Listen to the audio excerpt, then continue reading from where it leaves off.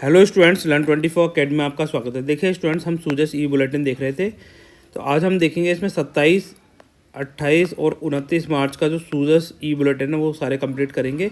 Actually क्या था, मेरी तबीयत खराब थी, इस वजह से मैं ये लेक्चर्स नहीं ला पाया था, तो अब इनको कंटिन्यू रखेंगे। तो आ जाइए, बिना देरी करे इसे स्टार्ट करते हैं।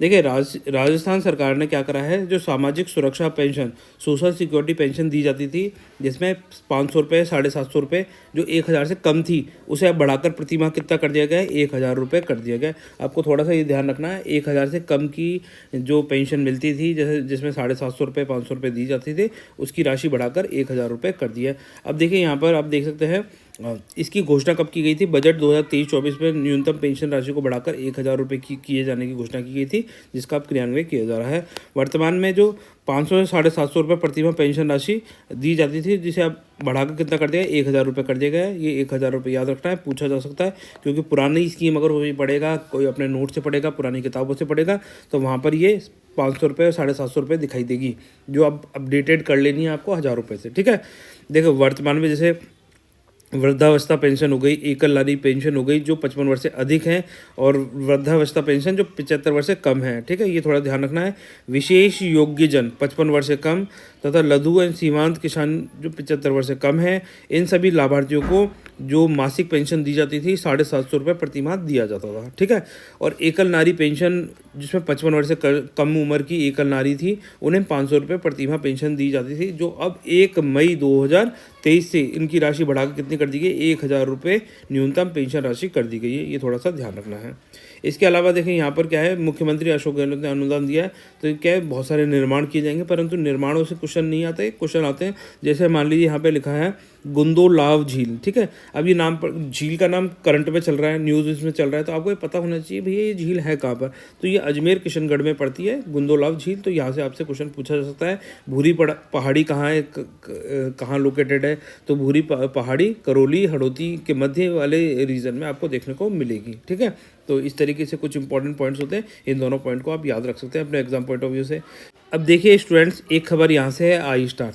आई स्टार्ट क्या है, ये राज्य सरकार का एक प्रोग्राम है, जिसके अंदर क्या है, जो स्टार्टअप्स होते हैं उनको प्रमोट करने के लिए आई स्टार्टअप लेकर आई। ठीक है, तो आई स्टार्ट लेकर आई। अब ये आई स्टार्ट कौन सी कब लॉन्च करी गई है आपसे पूछा जा सकता है, तो आपको डेट याद रखनी है, 13 नवंबर 2022। ठीक है, 13 नवंबर 2022 को आई स्टार्ट योजना का प्रारंभ किया गया था राज्य सरकार के द्वारा।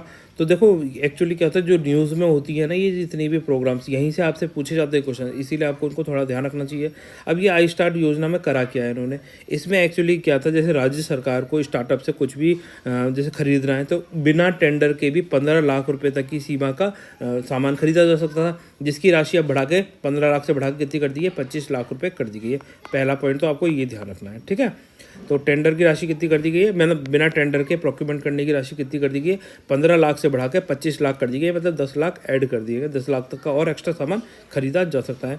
और साथ में इसमें जो कार्यादेश हैं उनकी संख्या को भी बढ़ा के 3 से बढ़ा के 6 कर दिया गया। तो ये 2 पॉइंट आपको बहुत अच्छे से याद रखने, क्योंकि यहीं से आपसे क्वेश्चन पूछा जा सकता है। ठीक है, स्टार्टअप को एक वित्तीय वर्ष में दिए जाने वाले जो कार्यादेश है, वर्क ऑर्डर्स हैं, उनकी संख्या को बढ़ाकर 3 से बढ़ाकर कितनी कर दी गई है, 6 कर दिया गया है, 3 से 6 कर दिया गया है, ऐसे ध्यान रखना है। ठीक है, और जो बिना प्रोक्यूरमेंट के कितने लाख रुपए तक का सामान खरीदा जा सकता है, 25 लाख रुपए तक का सामान खरीदा जा सकता है बिना प्रोक्यूरमेंट के। ठीक है, जो पहले 15 लाख था। ये 2 चीज़ें याद रखनी, क्योंकि यहीं से आपके एग्जाम में जब क्वेश्चन बन जाएगा ना, तो आप बोलोगे कि यार तब थोड़ा ध्यान से सुन लिया होता तो आज ये क्वेश्चन सही हो जाता। ठीक है, अब यहाँ पे देखिए जल जीवन मिशन। अब ये जल जीवन मिशन क्या है, देखो सिंपल सी बात है, जब भी इस तरह के मिशन आते हैं, जैसे जल जीवन मिशन हो गया, ठीक है, तो इनका कार्य क्या होगा, जल जीवन मिशन का, जल जीवन मिशन का कार्य होगा कि भाई ये क्या है, इस मिशन के through water, drinking water provide कराना, इरिगेशन वाटर प्रोवाइड कराना, कि जो जल की समस्या है उनका वो करना, निवारण करना। ठीक है, उनका सॉल्यूशन करना, कि भैया जहाँ पे पीने का पानी उपलब्ध नहीं है वहाँ पीने का पानी उपलब्ध कराया जाए। ठीक, तो ये देखिए जल जीवन मिशन प्रधानमंत्री नरेंद्र मोदी द्वारा 15 अगस्त 2019, कौन सी डेट है, 15 अगस्त 2019 को प्रारंभ किया गया था, 2019 डेट याद रखनी होती है। कई बार क्या होता है यही आपसे क्वेश्चन पूछ लिया जाएगा, फिर आप बोलोगे कि भाई हमने तब ढंग से सुन ली होती तो याद रहता। अब देखिए 15 अगस्त 2019 को ये प्रारंभ किया गया था। इसमें क्या था, लगभग 50% ऐसे ग्रामीण क्षेत्र है जहाँ पर आज भी पीने का पानी उपलब्ध नहीं है, तो वो पीने का पानी उपलब्ध कराया जाए। और इस प्रोग्राम को कौन संचालित कर रहा है, department of drinking water and sanitation के द्वारा ये प्रोग्राम संचालित किया जा रहा है। ठीक है, थोड़ा सा ध्यान रख लेना। अब इसमें क्या है, कुल जल कनेक्शनों के आधार पर राजस्थान में देश में 12वें स्थान पर है। तो हमारा जो ड्रिंकिंग वाटर प्रोवाइड करा रहे हैं जल कनेक्शन के द्वारा, उसमें राजस्थान कौन से नंबर पे आता है, 12वें नंबर पर आता है। 12th पोजीशन है राजस्थान की। तो ये थोड़ा सा ध्यान रखना है कि कुल जल कनेक्शनों के आधार पर राजस्थान देश में कौन से स्थान पर है, तो ये 12वें स्थान पर है। ठीक है, ये याद रख लेना। इसके अलावा देखिए यहाँ पर एक खबर है कि राजकीय महाविद्यालय कौन सा जो नगर भरतपुर में है उसका नाम बदल कर अब शहीद जीत राम कर दिया गया है। तो ये थोड़ा सा ध्यान रख सकते हैं आप यहाँ पर। ठीक है, अब देखिए स्टूडेंट्स, नेक्स्ट खबर है राजस्थान पेट शॉप्स एंड डॉग ब्रीडर्स का पंजीकरण कराना अनिवार्य है। तो ये पंजीकरण कौन से एक्ट के तहत करे जाएंगे, देखो provision of cruelty in animals dog breeding marketing नियम 2017। ठीक है, अगर कोई डॉग्स की ब्रीडिंग कर रहा है, मार्केटिंग कर रहा है, तो उसे नियम 2017 का फॉलो करना पड़ेगा, provision of cruelty and animals के नियम 2017। ठीक है, और अगर कोई पेट शॉप खोल के बैठा हुआ है तो provision of cruelty animal pet shop नियम 2018 के तहत उसे रजिस्ट्रेशन कराना अब अनिवार्य होगा। अब देखिए यहाँ पर राजस्थान साहित्य उत्सव, तो ये राजस्थान साहित्य उत्सव आपको पिछले लेक्चरों में भी कराया गया था। तो आपको ये बताना है कि राजस्थान साहित्य उत्सव राजस्थान के कौन से ज़िले में, डिस्ट्रिक्ट के अंदर, ठीक है, ऑर्गेनाइज कराया जा रहा है। आपके सामने 4 ऑप्शन है। पहला ऑप्शन हो जाएगा जयपुर। ठीक है, यहीं से क्वेश्चन बनेगा। ये वाला क्वेश्चन आप देख सकते हैं, एग्जाम में आएगा। तो आपको इसका आंसर कमेंट सेक्शन में लिखना है। ठीक है, जयपुर हो गया। दूसरा होगा जैसलमेर। तीसरा ऑप्शन हो गया जोधपुर। और चौथा ऑप्शन हो गया डी ऑप्शन उदयपुर। ठीक है, तो राजस्थान साहित्य उत्सव कहाँ सेलिब्रेट किया जा रहा है, जयपुर, जैसलमेर, जोधपुर या उदयपुर में। तो इस क्वेश्चन का आंसर आपको कमेंट सेक्शन में लिखना है। आ जाइए, अब चलते हैं, ये अपना 27 मार्च वाला हो गया। अब 28 मार्च वाले लेक्चर पे चलते हैं, या फिर चलो ऐसा करता हूँ, इसको तो अभी अपलोड कर देता हूँ, इसके बाद वाला नेक्स्ट अपलोड कर देता हूँ, है ना। हर सूजस के लिए एक अलग अलग बना देता हूँ जिससे आपको दिक्कत ना आए। ठीक है, आ जाइए चलो। अब देखिए स्टूडेंट्स सूजस ई बुलेटिन है ना, ये 28 मार्च 2023 का सूजस ई बुलेटिन है। तो आ जाइए इसको देखते हैं। देखो, इसमें मुख्यमंत्री ने कहा है कि इलाज के अभाव में कोई भी कष्ट ना पाए, इसीलिए स्वास्थ्य का अधिकार बिल लेकर आए हैं, राइट टू हेल्थ बिल। ठीक है, हमारा जो इंडियन कॉन्स्टिट्यूशन का आर्टिकल है, आर्टिकल कौन सा, 21 क्या प्रोविजन करता है, right to life and personal liberty की बात करता है। तो जीवन जीने का अधिकार सभी को होना चाहिए। इसी तर्ज पर राजस्थान सरकार ने क्या लेकर आई है, राइट टू हेल्थ बिल लेकर आई है कि कोई भी प्राइवेट हॉस्पिटल, ये जैसे मान लीजिए कोई गरीब व्यक्ति है, अगर उसको इमरजेंसी में नज़दीक के हॉस्पिटल में भर्ती कराया गया तो डॉक्टर ये मना नहीं कर सकते भाई तुझे तेरा इलाज नहीं करेंगे। ठीक है, उसका इलाज तुरंत प्रभाव से करना होगा जिससे उसकी जान बचाई जा सके। इसी को बोलते हैं गोल्डन आवर्स। गोल्डन आवर्स क्या है, जैसे मान लीजिए आपको पता है कि 10-15 मिनट में अगर इलाज मिल गया तो बंदे की जान बच जाएगी, और नहीं मिला और उसको मान लीजिए एक जगह से दूसरी जगह 2 घंटे में पहुंचेगा, ट्रैफिक जाम और ये सारी चीज़ें बीतते हुए, तब तक तो उसकी जान भी चली जाती है। कई बार ऐसा होता है। तो इसी चीज़ को रोकने के लिए राजस्थान सरकार क्या लेकर आई है, राइट टू हेल्थ बिल लेकर आई है, जिसमें गोल्डन आवर्स पीरियड का जिक्र किया गया कि अगर कोई इमरजेंसी की सिचुएशन क्रिएट होती है तो आप उससे मरीज से पैसे नहीं लेंगे। ठीक है, अगर कोई आपको लगता है कि पुलिस केस हो सकता है, पुलिस केस से रिलेटेड केस है, तो आप पुलिस केस का इंतज़ार नहीं करेंगे, आप तुरंत प्रभाव से उसका इलाज करेंगे। और जितना भी जो भी खर्चा आएगा, अगर मरीज वहन नहीं कर सकता तो उसका भुगतान कौन करेगा, राज्य सरकार द्वारा उसका वहन किया जाएगा, जो भी उसका खर्चा होगा। ठीक है, तो ये वाला इसमें प्रोविज़न रखा गया है, जो कहीं ना कहीं बहुत ज़्यादा इंपॉर्टेंट भी है और बहुत सही भी चीज़ है। ठीक है, अब ये इन्होंने ये बात भी कही है कि जो ये राइट टू हेल्थ बिल है, ये 50 बेड से कम क्षमता के अस्पतालों पर इसका प्रावधान लागू नहीं होंगे। तो ये कहीं ना कहीं जो प्राइवेट हॉस्पिटल्स के जो डॉक्टर्स हैं, जो इसका बहुत ज़्यादा विरोध कर रहे थे इस बिल का, तो उनको कहीं ना कहीं इससे राहत भी मिल जाएगी। ठीक है। एक्चुअली क्या है, जो प्राइवेट हॉस्पिटल्स हैं उनकी क्या मंशा, उनकी मंशा है कि वो जिसका भी, जैसे मान लीजिए जो भी हॉस्पिटल में भर्ती होता है पेशेंट, तो उससे वो तुरंत एक मोटी रकम ऐंठ सकें। ठीक है, सबको चाहिए भाई, पैसा नहीं चाहिए उनको, पैसा चाहिए, और छोटा मोटा पैसा नहीं चाहिए। उनको पता है कि इमरजेंसी में अगर इस बंदे की जान बचानी है तो अगर जैसे मान लीजिए 5 से 10 लाख का हम बिल बना देंगे तो ये दे के भी जाएंगे, जबकि ये इलाज कितना 50,000 40,000 रुपये में हो जाना चाहिए देखा जाए तो। ठीक है, जो वाजिब भी है। तो राजस्थान सरकार का यही मोटिव है कि जो मिनिमम कॉस्टिंग है, क्योंकि आपको पता है कि अगर जैसे मान लीजिए गोल्डन आर्ट्स में किसी मरीज़ की इन्होंने जान बचा भी ली तो राज्य सरकार से 5 से 10 लाख रुपए थोड़ी ले पाएंगे। राज्य सरकार तो जो उनका दवाइयों का खर्चा होगा, जो मिनिमम पेमेंट होगी डॉक्टरों की, वो पे करेगी, और वो कितना बैठेगा, 40-50 हज़ार रुपये ही बैठेगा एक व्यक्ति पर। ठीक है, तो इसीलिए ये इस बिल का विरोध कर रहे हैं कि ज़्यादा से ज़्यादा मोटा पैसा नहीं ऐड पाएंगे ये मरीजों से। ठीक है, बाकी आगे देखते हैं क्या होता है। ठीक है, आज ये दूध और ऊन उत्पादन में राजस्थान ने इतिहास रचा। अब दूध, मिल्क, ठीक है, और ऊन, ये थोड़ा सा ध्यान रखना है क्योंकि इसमें राजस्थान फर्स्ट पोजीशन में है। कौन सी पोजीशन पे, फर्स्ट पोजीशन पे है इनके प्रोडक्शन के अंदर। अब कितना प्रोडक्शन हो रहा है, देखो एक रिपोर्ट है, बुनियादी पशुपालन संख्या की रिपोर्ट। अब ये किसके द्वारा प्रस्तुत कराई गई है, जैसे मान लीजिए आपके सामने 4 ऑप्शन आए, भारत सरकार, राजस्थान सरकार, उत्तर प्रदेश सरकार और एमपी सरकार, मध्य प्रदेश सरकार, किसके द्वारा ये लॉन्च की गई है। ठीक है, राजस्थान सरकार। तो आप सोचेंगे यार अगर आपने नहीं पढ़ रखा तो आप राजस्थान भी चिपका सकते हैं, उत्तर प्रदेश भी चिपका सकते हैं, परंतु ये किसके द्वारा प्रस्तुत करी है, भारत सरकार के द्वारा ये रिपोर्ट लेकर आई गई है, बुनियादी पशुपालन संख्या की रिपोर्ट। इसके तहत राजस्थान जो मिल्क का प्रोडक्शन कर रहा है कितना, 15%। टोटल इंडिया का जितना भी मिल्क का प्रोडक्शन होता है उसका 15% अकेला राजस्थान सरकार कर रहा है, और इसमें राजस्थान अग्रणी है। मतलब इसी के साथ में सबसे ज़्यादा मिल्क का प्रोडक्शन करने में राजस्थान सरकार नंबर 1 पर। ठीक है, इंडिया में। दूसरे नंबर पे ऊन के प्रोडक्शन में राजस्थान सरकार का योगदान कितना है, 46%, 45.91%, जो करीब करीब कितना बैठेगा, 46% बैठेगा, और करीब करीब से बोले जाए तो 50% के आसपास ही है। तो 50% ऊन के आसपास का प्रोडक्शन कौन कर रहा है, अकेला राज्य सरकार कर रहा है। पूरे इंडिया में जितना ऊन का प्रोडक्शन हो रहा है उससे उसका आधे के आसपास का प्रोडक्शन तो कौन कर रहा है, राजस्थान सरकार कर रही है ऊन का प्रोडक्शन। इस तरीके से याद रखते हैं आप चीज़ों को तो आपको याद रहती है, है ना। तो इस चीज़ को थोड़ा सा ध्यान रख लें। इसी के साथ साथ मुख्यमंत्री जो उत्पादक संबल योजना है, दूध उत्पादक संबल योजना, इसके तहत 5 रुपये प्रति लीटर अनुदान भी दिया जा रहा है। तो ये थोड़ा सा ध्यान देना है कि जो मिल्क प्रोड्यूसर्स हैं, जो मिल्क का प्रोडक्शन कर रहे हैं, उनको राज्य सरकार के द्वारा कितने रुपए का अनुदान दिया जा रहा है, 5 रुपये का प्रति लीटर अनुदान दिया जा रहा है। इसी तरह के क्वेश्चन आपके एग्जाम में पूछे जाते हैं।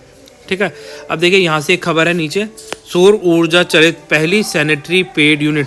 अब जो सैनिटरी पैड्स होते हैं क्या इनकी ज़रूरत है, देखो जो महिलाएं हैं उनको क्या है, माहवारी 13 साल से लेकर 49 ईयर्स तक की एज तक की महिलाओं को ये माहवारी जो बोलते हैं ना, मेंस्ट्रुएशन पीरियड, ठीक है, 3 या 5 दिन का पीरियड होता ही है। इसके बीच में जो कंटेमिनेटेड ब्लड होता है वो निकलता रहता है धीरे धीरे। तो उसके लिए क्या है, स्त्रियां, महिलाएं क्या है, एक कपड़े का इस्तेमाल करती थी जो बहुत ज़्यादा अनसेफ था, उससे इन्फेक्शन होने का खतरा बना रहता था। तो इसीलिए क्या होगा, सैनिटरी पैड्स का निर्माण होने लगा और इसका बहुत ज़्यादा प्रचार प्रसार भी होने लगा। आपने अक्षय कुमार की एक मूवी है पैडमैन नाम से, वो भी देखी होगी, जो इस चीज़ पर बहुत ज़्यादा सोशल, जो ये सामाजिक जो एक इम्पॉर्टेंट टॉपिक है, इस पर ये मूवी बनाई गई है। तो ये कहीं ना कहीं जिन बच्चों ने इसको नहीं देखा हो तो इस मूवी को ज़रूर देखें और वहाँ से जानें कि इन चीज़ों की क्या ज़रूरत है। तो अब देखिए सैनिटरी पैड यूनिट लगाई गई है ना। तो ये सैनिटरी पैड यूनिट पूरी की पूरी किस पर संचालित है, सौर ऊर्जा, सोलर से बिजली लेगी, और उसके बाद में ये सैनिटरी जो भी यहाँ की मशीनें हैं, ठीक है, और जहाँ पे ये जो लाइटिंग सिस्टम है, पूरा का पूरा इलेक्ट्रॉनिक सिस्टम पूरा किस पर आधारित है, सौर ऊर्जा पर आधारित है। तो इसीलिए इंपॉर्टेंट हो जाता है। और इस तरह के क्वेश्चंस कई बार एग्जाम में पूछे भी गए हैं कि पहला सौर संचालित सैनिटरी नैपकिन यूनिट या फिर पहला सौर ऊर्जा बिजली घर कहाँ लगाया गया है, इस तरह के क्वेश्चन पूछे जाते हैं ना। तो ये सैनिटरी पैड वाला क्वेश्चन भी पूछा जा सकता है। तो आपको इसकी लोकेशन याद रखनी है, डूंगरपुर जिले के बीछावाड़ा ब्लॉक में ये यूनिट लगाई गई है। ठीक है, डूंगरपुर जिला याद रख लेना, उसका बीछावाड़ा ब्लॉक में ये सैनिटरी पैड की यूनिट लगाई गई है, जो पूर्णतः किस पर आधारित है, सौर ऊर्जा पर चलित है।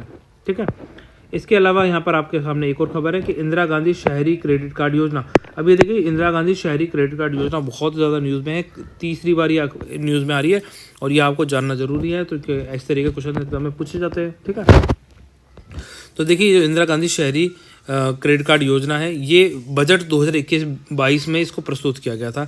अब देखो ये जो क्रेडिट कार्ड है, मतलब जो क्रेडिट कार्ड लोन दिया जाएगा, तो ये कौन कौन सी बैंक देंगे? सार्वजनिक बैंक, निजी बैंक जो प्राइवेट बैंक है, सरकारी बैंक भी हो सकती है, और वित्तीय संस्थानों के माध्यम से ये क्रेडिट लोन उपलब्ध कराया जाएगा, जिसमें कितना 50,000 रुपये तक का लोन उपलब्ध कराया जाता है। ठीक है, मैं इसको यहाँ साइड में कर देता हूँ। इसमें क्या है, इसका मेजर ऑब्जेक्टिव है, इसमें जो लोन दिया जाएगा वो स्वरोजगार, रोजगार या दैनिक आवश्यकताओं की पूर्ति के लिए इसमें लोन दिया जाएगा। इसमें जो 50,000 रुपये तक का, 50,000 रुपीज़ तक का इंटरेस्ट फ्री लोन दिया जाता है, ब्याज मुक्त ऋण उपलब्ध कराया जाता है, ये ध्यान रखना है। अब देखिए इसमें जो पात्रता है, कौन कौन इस लोन के लिए अप्लाई कर सकते हैं। ऐसा व्यक्ति जिसकी मासिक इनकम 15,000 से कम है वो इसके लिए अप्लाई कर सकता है। साथ में कंडीशन ये भी है कि उसके परिवार की इनकम 50,000 रुपये से कम होनी चाहिए, वह शहरी बेरोजगार युवा होना चाहिए, है ना, पंजीकृत होना चाहिए, और साथ साथ उसे बेरोजगारी भत्ता भी नहीं मिलता हो, तब वो ये इंदिरा गांधी शहरी क्रेडिट कार्ड योजना के तहत लोन ले सकता है। ठीक है, फिर इसमें असंगठित सेवा क्षेत्र का कामगार होना चाहिए, मतलब जो स्ट्रीट वेंडर्स होते हैं, है ना, रेडी लगाते हैं, तो इस तरह का कामगार होना चाहिए, तो उनको ये लोन दे दिया जाएगा। और इसमें 18 साल से 40 साल तक की उम्र का युवा होना चाहिए, तभी उसको लोन दिया जाएगा। तो इसके कुछ प्रोविज़न है, आप इनको थोड़ा सा ध्यान रख सकते हैं कि Rajasthan street vendor service sector के युवाओं को रोजगार प्रदान करने के लिए इंदिरा गांधी शहरी क्रेडिट कार्ड योजना लागू की गई है, जिसमें 50,000 रुपये तक का ब्याज मुक्त, है ना, इंटरेस्ट फ्री। अभी ये आपसे क्वेश्चन क्या पूछा जाएगा, 50,000 रुपये तक का 1% की ब्याज पर लोन दिया जाएगा, या फिर 5% तक की ब्याज पर लोन दिया जाएगा। तो ऐसा नहीं है, ब्याज मुक्त लोन उपलब्ध कराया जाता है। ये इंपॉर्टेंट है, कई बार क्या होता है जब छोटी छोटी चीज़ें ध्यान नहीं रखते तो वहीं से एग्जाम में क्वेश्चन बन जाता है। अब देखिए स्टूडेंट्स, अमराजी भगत, केसरी सिंह भारत और पन्ना धाय के पैनोरमा बनेंगे। पैनोरमा क्या होता है? पैनोरमा होता है जिसमें क्या होता है, इनका जीवन चित्रण चलता है लाइट एंड साउंड इफेक्ट के साथ में। तो ये कहाँ बनाए जाएंगे? जैसे अमराजी भगत, पन्ना धाय, इनका तो क्या हो, चित्तौड़गढ़ में पैनोरमा बनेगा। ठीक है, और जो केसरी सिंह भारत है, इनका पैनोरमा भीलवाड़ा के शाहपुरा जिले में बनाया जाएगा। ठीक है, ये स्वतंत्रता सेनानी थे। आज ये इनके बारे में थोड़ी थोड़ी नॉलेज लेते हैं। तो देखो अमराजी भगत अभी क्या है, ये जो क्या बोलते हैं, लोक देवता हैं, है ना, लोकल डाइटी हैं। तो इनसे रिलेटेड क्वेश्चन्स अब पूछा जा सकता है, क्योंकि ये बहुत अब न्यूज़ में आ गए हैं ना। आप सोचेंगे यार अमराजी भगत का तो हमने नाम नहीं सुना, हमने तो आज तक नामदेव जी, हड़बू जी, गोगा जी ये सुने हैं। तो जब इस तरह के जो लोकल डाइटीज़ हैं उनका नाम न्यूज़पेपर्स में आता है या उनसे रिलेटेड कोई इंपॉर्टेंट खबर चलती है, तो वहीं से आपके एग्जाम में क्वेश्चन पूछा जाता है। तो इनके बारे में थोड़ा जानना भी ज़रूरी है। तो देखिए अमराजी भगत का जन्म किसमें, धनगर गायरी परिवार में, समाज में इनका जन्म हुआ था। इनके पिता का नाम था रामलाल और इनकी माता का नाम था दाकीबाई। ठीक है, इनका जन्म हुआ था विक्रम संवत कहें तो 1942, और अपना जो ग्रेगोरियन कैलेंडर चलता है जैसे अभी 2023 चल रहा है उसके अकॉर्डिंग तो 1898 में इनका जन्म हुआ था। ठीक है, और इन्होंने जो जीवित समाधि ली थी वो 1951 के अंदर ली थी। तो ये दो इंपॉर्टेंट ये खबरें हैं, मतलब ये इनके बारे में जीवन चित्रण है, थोड़ा सा इसके बारे में जान सकते हैं। अब देखिए जो अमराजी भगत है ये किस तरीके से लोकल देवता बने, है ना, लोक देवता किस तरीके से बने। तो एक बार क्या होता है, अमराजी भगत अपने 3 दोस्तों के साथ में, ठीक है, कहाँ जाते हैं, 4 धाम की यात्रा के लिए घर से निकलते हैं। आधे रास्ते पहुँचने के बाद में, जैसे आधा रास्ता ये कवर कर चुके होते हैं, ठीक है, तो बीच रास्ते में ये बैठे होते हैं, ठीक है, आंख बंद करते हैं, तो ध्यान करते हैं। उसी समय पर मतलब रक्षाबंधन भी होता है। ठीक है, जिस समय ये जा रहे होते हैं रक्षाबंधन का पीरियड चल रहा होता है, मतलब ये आप जैसे सावन भादो का पीरियड चल रहा होता है। ठीक है, तो अब क्या होता है, ये ध्यान कर रहे होते हैं तो इनको ये आता है कि इनकी माताजी, इनके पिताजी घर में रक्षाबंधन का त्यौहार सेलिब्रेट नहीं कर रहे हैं, वो लोग खुश नहीं है, क्योंकि अमराजी भगत घर से बाहर गए हुए हैं, है ना, दूर गए हुए हैं, तो वो सैड थे। ठीक है, कोई पूजा पाठ नहीं कर रहे थे, मतलब किसी भी चीज़ में उनका मन नहीं लग रहा था, कोई घर में पकवान नहीं, कोई कुछ नहीं, बस सिंपल सा सैड बैठे हुए थे आराम से, है ना। तो इनको इस तरीके से ध्यान आया कि मेरी माताजी सैड बैठी हुई हैं, तो ये क्या करते हैं, अपने 4 दोस्तों को, जो इनके 3 दोस्त थे, उनको बोलते हैं कि आप सब नहाओ धो, मैं भी आता हूँ, है ना।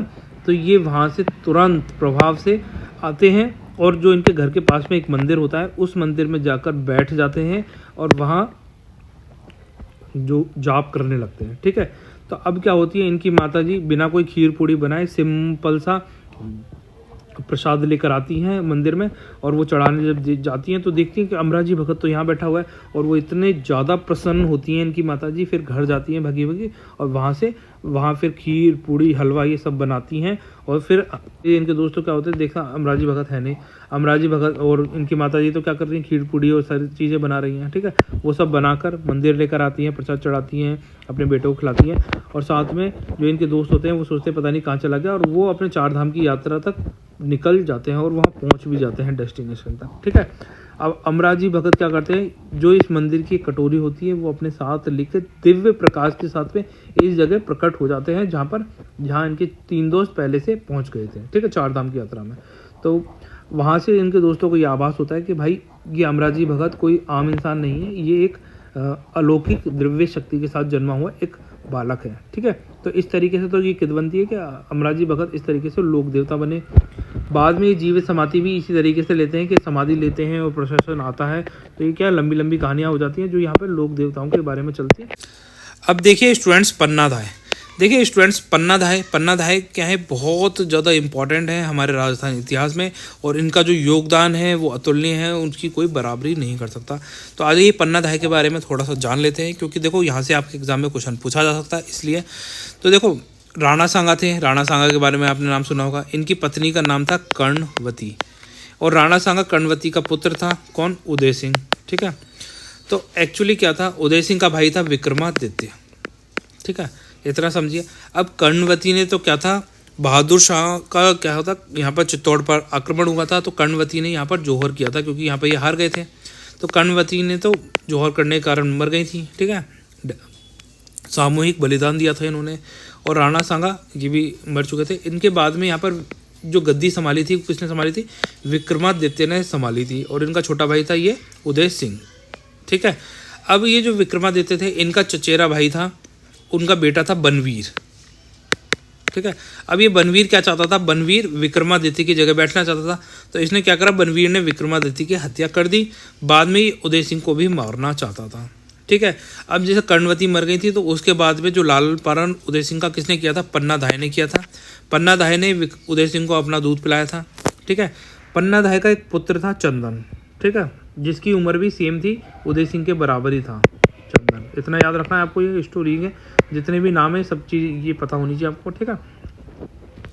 तो अब जब ये बनवीर उदय सिंह की हत्या करना चाहता था, ये उदय सिंह की हत्या करना चाहता था, तो इसने जब पन्नाधाय से पूछा कि उदय सिंह कहाँ है, तो पन्नाधाय ने अपने बेटे चंदन की तरफ इशारा करते हुए बोला कि ये है उदय सिंह, और बनवीर ने चंदन को उदय सिंह समझकर इसकी हत्या कर दी। उसके बाद में पन्नाधाय ने उदय सिंह को लाल पाला पोसा। इस समय उदय सिंह की उम्र कितनी थी, मात्र 15 वर्ष थी जब ये सारे कांड हुए थे, ठीक है। तो ये जो इनका योगदान था कि इन्होंने उदय सिंह की जगह अपने पुत्र का जो बलिदान दिया था, इसी वजह से पन्नाधाय को बहुत ज़्यादा सम्मान से, बहुत ज़्यादा इज्जत से देखा जाता है। तो ये थोड़ा सा आप याद रख सकते हैं। 1535 में कर्णवती ने क्या था, सामूहिक जौहर किया था, ठीक है। ऐसे थोड़ा सा ध्यान रख लेना इनके बारे में। उसके बाद आ जाएगी यहाँ पर केसरी सिंह बारट के बारे में भी जान लेते हैं, जब अपन ने पन्नाधाय के बारे में जाना है, ठीक है। आ जाओ थोड़ा सा इसको क्लियर कर देते हैं। अब देखिए स्टूडेंट्स, केसरी सिंह बारट, देखिए स्टूडेंट्स, जो केसरी सिंह बारट हैं, ये हमारे स्वतंत्रता सेनानी होने के साथ साथ एक बहुत बड़े कवि भी थे। तो इनके बारे में आ जाइए जानते हैं, जीवन परिचय।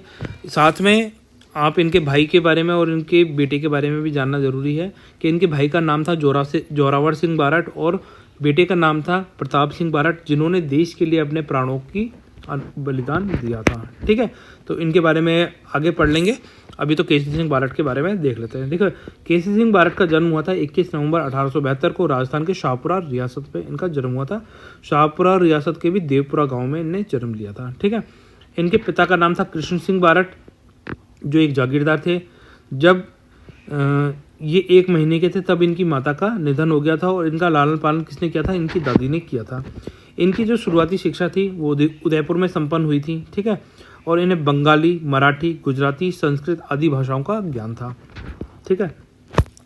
साथ साथ इन्हें इतिहास, दर्शन, यूरोपियन, भारतीयों के साथ साथ यूरोपियन दर्शन, इसमें बहुत ज़्यादा इंटरेस्ट लेते थे। खगोल शास्त्री, ज्योतिष शास्त्री में इनने अपनी शिक्षा पूर्ण की थी, ठीक है। वह चारण परिवार से थे, इसीलिए इन्हें डिंगल और पिंगल भाषाओं में बहुत ज़्यादा महारत हासिल थी और ये इन्हीं भाषाओं में अपनी काव्य शैली करते थे। एक्चुअली क्या है, इनके जो पिताजी थे उनका जो खुद का पुस्तकालय था वो इन्होंने अपने केसरी सिंह बारट पुत्र को गिफ्ट करा था, जिसका नाम था कृष्णवाणी विलास। ठीक है, ये थोड़ा सा याद रखना, वाणी विलास क्या है।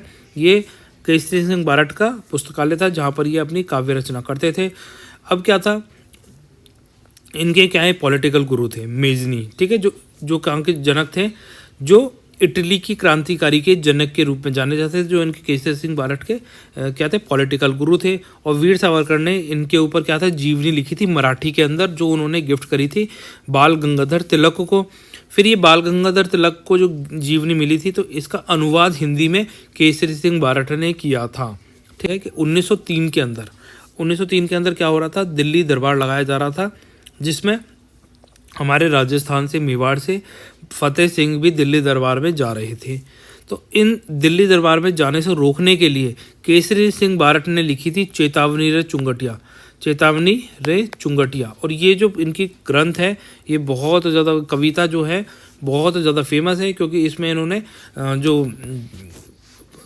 जो थे फतेह सिंह, ठीक है, इनको क्या है, इन्होंने उनको याद दिलाया था, चेतावनी दी थी कि तुम वहाँ जाओगे तो हमारे देश का नाम बेकार बर्बाद करोगे। ठीक है, तो इसीलिए इन्होंने चेतावनी चुंगटिया जो लिखी थी, इसमें इन्होंने फतेह सिंह को दिल्ली दरबार में जाने से रोका था। अब ये दिल्ली दरबार में क्या था, वाइसरॉय लॉर्ड कर्जन। ठीक है, इस समय यहाँ पे इंडिया में लॉर्ड कौन थे, लॉर्ड कर्जन थे, जो इस दिल्ली दरबार का पूरा आयोजन कर रहे थे एडवर्ड 7 के आगमन पर। ठीक है, राज्यरोहण एडवर्ड 7 क्या था, यहाँ पर आ रहे थे, उनका क्या राज्याभिषेक हुआ था वहाँ पर इंग्लैंड के अंदर, तो उसके लिए ही यहाँ पे दिल्ली दरबार सजाया जा रहा था। और उसमें जो पूरे इंडिया भर से राजाएं थे उनको बुलाया जा रहा था, आमंत्रित किया जा रहा था कि भैया जो एडवर्ड 7 राजा हैं उनका स्वागत करने के लिए यहाँ के राजा उपस्थित रहें। तो उसमें ये फतेह सिंह भी जाने वाले थे। तब इन्होंने केसरी सिंह बारट ने चेतावनी चुंगटिया लिखी थी। कई बार एग्जाम में पूछा गया है कि चेतावनी चुंगटिया के रचयिता कौन थे, कौन से राजा को रोक रहे थे, तो फतेह सिंह को रोक रहे थे। ठीक है, उनके लिए लिखी थी, ये थोड़ा सा ध्यान रखना है आपको। फिर उसके बाद में जब इन्होंने चेतावनी चुंगटिया लिखी थी तो फिर फतेह सिंह नहीं गए थे। ठीक है, तो ये इंपॉर्टेंट पॉइंट्स हैं। इन्होंने साथ साथ जो इसके बाद में इन्होंने 1910 में क्या था, वीर भारत सभा की स्थापना करी थी, जो कहीं ना कहीं जो इनके विचारों को प्रस्तुत करती थी कि इनका मानना ऐसा था कि जो आज़ादी है ना वो सशस्त्र क्रांति से आ सकती है, मतलब शस्त्रों के साथ आएगी, ऐसा नहीं है बातचीत करने से आएगी। ठीक है, तो ये कहीं ना कहीं लड़ाई कोई वो मानते थे, शस्त्रों के द्वारा जो विद्रोह करने को अग्रणी मानते थे, और इसीलिए इन्होंने वीर भारत सभा की स्थापना करी थी 1910 के अंदर। 1914 के अंदर जब प्रथम विश्व युद्ध स्टार्ट हुआ था तब इनकी गिरफ्तारी हो गई थी लाहौर षड्यंत्र केस में, और 1920 तक ये जेल में रहे थे। ठीक है, लाहौर षड्यंत्र केस के अंदर इनको गिरफ्तारी हुई थी, ये याद रखना है। 1920 के अंदर इनको छोड़ दिया गया था। उसके बाद में क्या था, ये जो जयपुर के जमनालाल बजाज हैं वहाँ परिवार सहित इनके घर भी गए थे मिलने। जमनालाल बजाज जयपुर के संस्थापक है ना, जयपुर प्रजामंडल के संस्थापक कौन थे, जमनालाल बजाज थे, आपने पढ़ा होगा प्रजामंडलों में। तो उनके घर गए थे सब परिवार सहित। तो इनके क्या थे, ये भी एक छोटे मोटे क्रांतिकारी नहीं थे, बहुत बड़े क्रांतिकारी थे। इनके संबंध बहुत बड़े बड़े क्रांतिकारियों से थे। आपने लाला हरदयाल का नाम सुना होगा, जिन्होंने गदर पार्टी की इस्टेब्लिशमेंट करी थी, वो इनके घनिष्ठ मित्रों में से एक थे।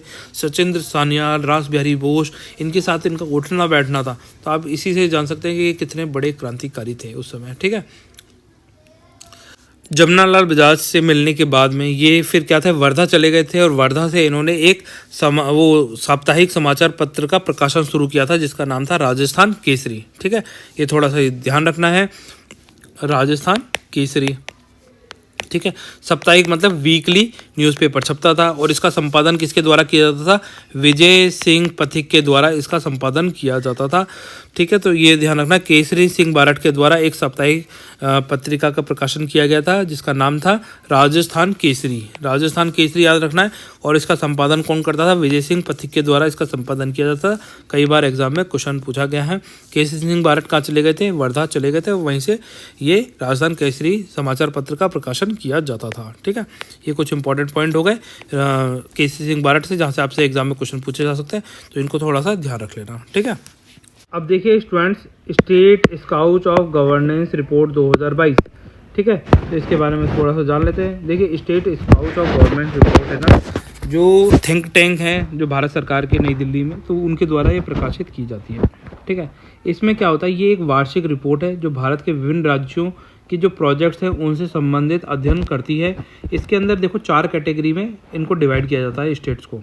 ठीक है, जो पहला कैटेगरी है उसमें स्टार रैंकिंग दी जाती है, जिसमें परफॉर्मर जो टॉप के 5 स्टेट्स होते हैं उनको वो स्टार रैंकिंग में रखा जाता है, और जो नेक्स्ट 5 हैं उनको परफॉर्मर स्टेट में रखा जाता है। ठीक है, और नेक्स्ट जो 5 हैं उनको कैचिंग अप में रखा जाता है, और जो बाद के सबसे लास्ट में रह जाते हैं फिर बाद में उनको अन्य रैंकिंग दी जाती है। तो आप इसकी रैंकिंग इस तरीके से याद रख सकते हैं कि इसमें 5 रैंकिंग बनाई जाती है। स्टार रैंकिंग शुरू 1 से लेके 5 तक की रैंकिंग वाले स्टार्स को स्टार रैंकिंग दी जाती है। फिर परफॉर्मर स्टार 6 से लेकर नेक्स्ट मतलब 10 तक की रैंकिंग वाले परफॉर्मर स्टेट्स आते हैं। ठीक है, थर्ड हो जाएंगे रनर अप। ठीक है, रनर अप स्टेट्स मतलब 11 से लेकर 15 तक की रैंकिंग वाले स्टेट्स हो गए, और जो लास्ट के बचेंगे अन्य अदर स्टेट्स वाली रैंकिंग आएगी जो 15 के बाद लास्ट की रैंकिंग में रहेंगे। अब क्या है, राजस्थान ने इसमें जो state scout of governance report है इसके अंदर काफ़ी अच्छा प्रदर्शन करते हुए 15वीं रैंक से सीधे कौन सी रैंक पर आ गई है? तीसरी रैंक पर आ गई है, 3rd रैंक हासिल करी है इसमें, है ना। तो कितना ज़्यादा अच्छा इम्प्रूवमेंट किया है राजस्थान सरकार ने, आप इसी से अंदाज़ा लगा सकते हैं कि प्रदेश की जनता को जो राजस्थान सरकार द्वारा संवेदनशील, पारदर्शी, जवाबदेही सुशासन प्रोवाइड करा जा रहा है, इसी के परिणाम स्वरूप राजस्थान ने विभिन्न क्षेत्रों में शानदार प्रदर्शन किया है। ठीक है, state of scout state of governance report 2022। ठीक है, ये इसके अंदर राजस्थान ने 15वें पायदान से तीसरे स्थान पर छलांग लगाई है, जो कहीं ना कहीं एक इम्पॉर्टेंट पॉइंट है। यहाँ से आपके एग्जाम में क्वेश्चन पूछा जा सकता है कि scout state of governance report में राजस्थान का कौन सा स्थान है? तो तीसरा स्थान हो गया है, पहले 15वां स्थान था, और तीसरा स्थान होते ही ये कौन सी रैंकिंग में आ गई है? स्टार रैंकिंग में आ गई है, क्योंकि 1 से लेके 5 तक के जो स्टेट्स हैं, फर्स्ट से लेके 5 तक के जो स्टेट्स आएंगे वो कौन सी रैंकिंग में आ रहे हैं? स्टार रैंकिंग के अंदर आ रहे हैं। अगर जैसे मान लीजिए राजस्थान का रैंक 7 होती तो ये कौन सी कैटेगरी में चला जाता है? फिर परफॉर्मर स्टेट की कैटेगरी में चला जाता। और जब ये 15वीं रैंक पर था तो ये कौन सी कैटेगरी में था? तब ये रनर अप वाली कैटेगरी के अंदर था। ठीक है, तो थोड़ा सा ये ध्यान रख सकते हैं। इसमें क्या है, जो स्वास्थ्य, सामाजिक न्याय, सामाजिक सुरक्षा, आवास आदि श्रेणियों में राजस्थान ने क्या है, बहुत अच्छा प्रदर्शन किया है। इसके साथ साथ ई गवर्नेंस क्षेत्र में भी सर्वाधिक सुधार होने के कारण राजस्थान ने बहुत ज़्यादा अच्छे से इस रैंकिंग मतलब जो रैंकिंग सुधार हुआ है वो इन्हीं कारण से हुआ है कि राजस्थान ने अपने सभी सेक्टरों की तरफ बहुत अच्छा ध्यान दिया। इनके साथ साथ ये जो ई गवर्नेंस वाला सेक्टर है इसमें भी बहुत अच्छा सुधार करने के कारण राजस्थान स्काउट रैंकिंग में बहुत अग्रणी राज्यों में शामिल हो पाया है। ठीक है, आ जाइए अब नीचे चलते हैं। तो देखिए आज बस इसमें इतनी ही खबरें हैं जो आपके लिए इम्पोर्टेंट है। यहाँ से आपके एग्जाम में क्वेश्चन पूछे जा सकते हैं। तो आपसे जाते जाते एक क्वेश्चन पूछ लेते हैं। तो बताइए क्वेश्चन, पन्ना धाय के पुत्र का नाम, जो सन था उनका, उसके बेटे का क्या नाम था? ठीक है, नाम बताना है आपको, नेम बताना है। पहला ऑप्शन हो जाएगा बनवीर, दूसरा ऑप्शन हो जाएगा विक्रम, तीसरा ऑप्शन हो जाएगा चंदन, और चौथा ऑप्शन हो जाएगा उदय सिंह। ठीक है, तो पन्ना धाय का जो बेटा था उसका नाम क्या था? बनवीर, विक्रम, चंदन या उदय सिंह? इस क्वेश्चन का आपको आंसर कमेंट सेक्शन में लिखना है। तो गाइज मिलते हैं नेक्स्ट लेक्चर में, तब तक के लिए बाय। आप सब लोग खुश रहिए।